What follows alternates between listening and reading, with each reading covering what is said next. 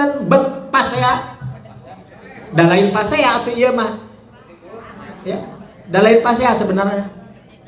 Da ieu mah pembegalan, pengkhianatan, pendoliman bangsa Israel yang tidak patuh taat pada Nabi dan Rasulnya, tidak patuh taat pada kitab sucinya, melanggar ajaran agama dan ketentuannya, maka Allah pun marah. Mereka pun dikutuk oleh Allah Rabbuna Tabaraka wa Ta'ala, terlunta-lunta tidak memiliki negara. Turun ayat surat berapa? Surat berapa? Nah, baca tina Fatihah dugikeun ka Anas kepenak ya. Surat apa? Ali Imran 112.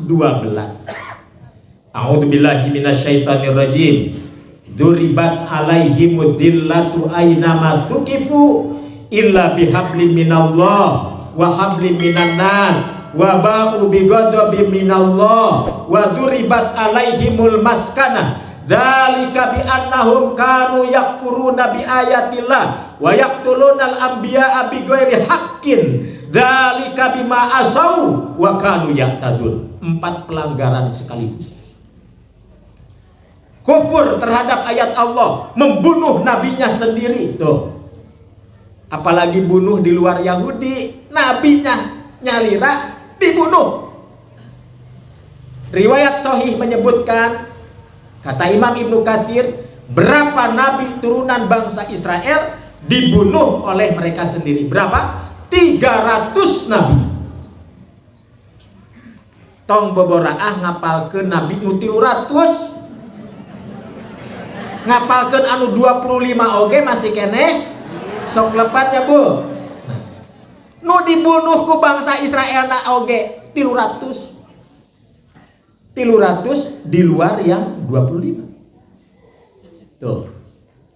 Belum lagi Allah katakan inni faddaltukum alal alamin. Aku muliakan kalian Bani Israel di atas sekalian alam. Tah ayat-ayat nu kieu nama dipulungan ku Yahudi teh. Maka mereka membusungkan dadanya sebagai turunan darah biru. Urang mah darah kudu dibekam. Nah, darah kotor urang mah najis kata Yahudi. Di luar Yahudi bukan darah biru. Di luar Yahudi goyim. Goyim artinya kotor, najis. Tuh, mulai terjadi. Sejak kapan mereka memisahkan dari kebenaran? Sejak kapan mereka berkomplot dalam kezaliman? Sejak zaman Raja Sulaiman bin Daud, mereka pun sudah berkeping-keping.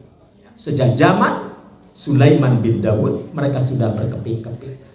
Tapi nama Sulaiman tetap diabadikan oleh orang Yahudi sebagai alasan pentingnya membongkar Baitul Maqdis, pentingnya membongkar Masjidil Aqsa, karena di dalamnya merupakan tempat kuil Sulaiman yang disebut dengan Solomon Temple. Solomon Temple cek urang Sunda mah salam tempel. Solomon Temple, kuil Sulaiman. Tuh. Orang Yahudi punya keyakinan muncek urang mah kita mempertahankan Baitul Maqdis, kita pertahankan Aqsa, jihad fisabilillah. Mereka juga punya alasan perang suci untuk mempertahankan Solomon Temple. Dicari-cari alasan sampai ke PBB. Nah, persoalannya sekarang ketika bangsa Yahudi ingin berkumpul, dalam bahasa pimpinan cabang kumpul basamo ya. Terang kumpul basamo ngariung ya, kumpul bersama sekian lama. Allah menelantarkan mereka hidup terlunta-lunta, tidak memiliki tempat, tidak memiliki negara. Di semua benua ada Yahudi. Jorojoy wetah dina manahna teh. Ada teuingna ka Yahudi mah. Tiba-tiba muncul keinginan untuk mengumpulkan Yahudi-Yahudi ini dalam satu kolam, dalam satu tempat. Didalilan we ku aranjeunna teh, kan di zaman Nabi Daud ge cenah urang teh geus boga lemur negeri Kanaan. Negeri Kanaan teh Palestina. Jadi Palestina teh keur urang. Tak ayeuna urang rebut deui. Sementara Palestina pasca Umar bin Khattab terus sampai masa kekhalifahan Utsman. Utsmani maksud saya, sampai pada masa kekhilafahan Utsmani, Palestina ada di bawah kekuasaan Turki Utsmani. Artinya Palestina, jantung negeri Syam, itu adalah negeri Muslim. Maka tepat tahun 1895, catat baik-baik, 1895, muncul seorang jagoan Yahudi bernama Theodor Herzl. Siapa, Bu? Theodor Herzl. Nah, Theodor Herzl berhasil mendapatkan dukungan negara-negara besar. Inggris, Jerman, Prancis, Amerika untuk mengumpulkan dana sebesar-besarnya. Dikenal ada namanya dinasti Rothschild.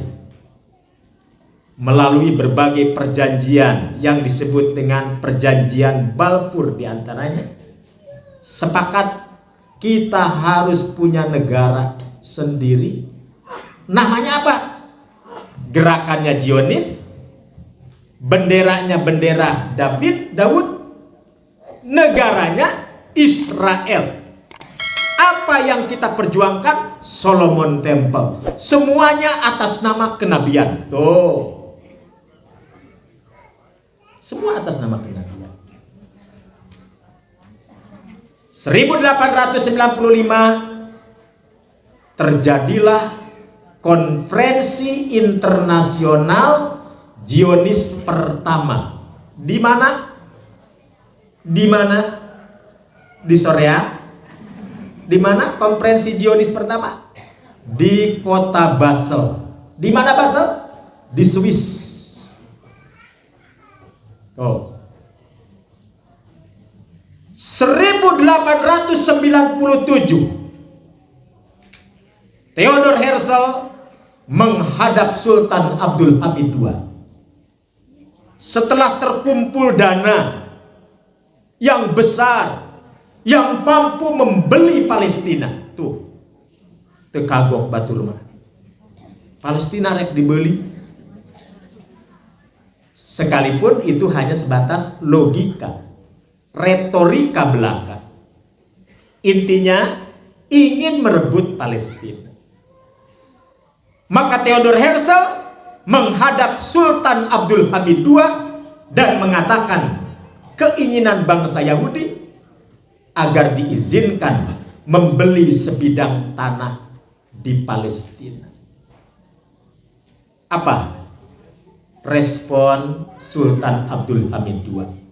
Sultan Abdul Hamid II marah besar dan dia katakan haram hukumnya memberikan walaupun sejengkal tanah Palestina kepada kalian yang bukan haknya. Nah, dari situlah mulai dendam kesumat, dipupuk, dimanage. Ternyata strategi kekuatannya sudah sangat mendunia. Mulailah punya keinginan, kekuatan perang dilakukan atas bantuan negara-negara kuat. David Ben Gurion tahun 1948, sebagaimana banyak ditulis, mengumumkan bahwa Israel sudah punya negara sendiri. PBB mengakui? PBB mengakui? Buktinya sampai sekarang ada. Berarti mengakui. Negara Barat mengakui? Maka terjawablah sudah wajar Berpuluh-puluh perang terjadi. Israel menghadapi kekalahan, kerugian besar. Tapi bangsa Israel paham, negeri Arab, negara-negara Arab terlena dalam tidurnya, tak mungkin membalaskan dendamnya. Ketika Aqsa dibakar tahun berapa? Perdana Menteri Israel Golda Meir, beliau mengatakan, dia mengatakan, manehna ya, ngajablok mah. Golda Meir mengatakan, masyarakat Israel tidurlah dengan lelap. Jangan khawatir, walaupun Aqsa terbakar habis, dunia Arab akan tetap lelap dalam tidurnya. Artinya, kelemahan dunia Islam, khususnya dunia Arab, sudah terbaca oleh orang Israel. Rek dibelem oke Masjidil Aqsa moal aya serangan ka urang moal. Apalagi mereka merasa bangga setelah menemukan sistem pertahanan negara yang sangat kuat di dunia yang disebut benteng besi yang tidak bisa ditembus oleh rudal manapun. Kalaupun tembus hanya beberapa persen saja, dan itu meledak di atas sana, tengah beleduk di bawah. Iron Dome ya, benteng besi. Tapi atas kekuasaan Allah, perang hari ini menunjukkan berbeda dengan perang-perang sebelumnya. Benteng besi pun bisa dijebol oleh rudal-rudal mujahidin Palestina. Allahu Akbar. Kok bisa? Kaget. Jenderal-jenderal Israel kaget. Majikan-majikan bangsa Israel pun kaget. Joe Biden sebagai pimpinan Amerika langsung terdingkeun deui, tidak pakai lama, mengirimkan 2 kapal induknya ke perairan Mediterania untuk mengawal Israel. Inggris bersiap-siap, negara-negara barat bersiap-siap ingin menggempur Palestina. Sementara Palestina dengan negeri Syamnya, negeri Syam sudah terpecah menjadi 4 dengan berbagai ideologi yang berbeda. Yordania sudah kewalahan karena hampir tiap tahun menerima pengungsi pengungsi Palestina. Dia tidak mau juga mengambil resiko yang besar. Ya. Kalau harus berhadapan perang dengan Israel. Syria berkali-kali presidennya menganut paham Bashar Assad, Hafid Assad menganut paham Nusairiyah. Apa itu Nusairiyah? Syiah kebatinan yang paling ekstrim yang menuhankan Ali bin Abi Thalib. Syria. Lebanon dikenal dengan brigade Hizbullahnya. Tapi sayang, pasukan Hizbullah sangat tidak suka terhadap Ahlus Sunnah wal Jamaah, sangat tidak suka dengan Quran dan Sunnah, dan mereka sangat membenci orang-orang yang mencintai Sunnah. Hizbullah. Israel apalagi Yahudi. Jadi Palestina berjuang sendiri. Nah, dulu seorang raja Arab yang sangat dikenal, dihormati dunia Islam. Siapa? Siapa? Abroha. Anu ngaharewas di paling kiri, emak-emak Abroha. King Faisal, Amir Faisal, Raja Faisal. Dihormati Oki lagi hebat-hebatnya. Ulama-ulama kokoh, ulama-ulama solid. Nah, perwakilan dari Indonesia ya orang tua kita itu, Pak Natsir, ya. Melawan Israel, mengembargo minyak Amerika. walaupun punya pesawat terbangnya, walaupun ratusan ribuan pesawat tempurnya, tidak bisa terbang kalau tidak pakai minyak. Diembargo sama Raja Arab. Nah, sekarang orang banyak berharap kapan ketokohan seperti Raja Faisal kembali memimpin dunia seperti zaman dulu.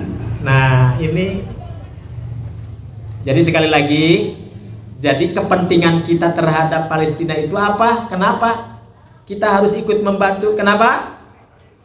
Karena kiblat pertama kaum muslimin itu adalah Baitul Maqdis.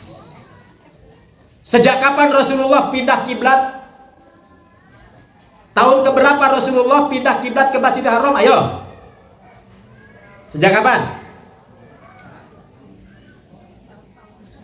Sejak tahun kedua Hijrah.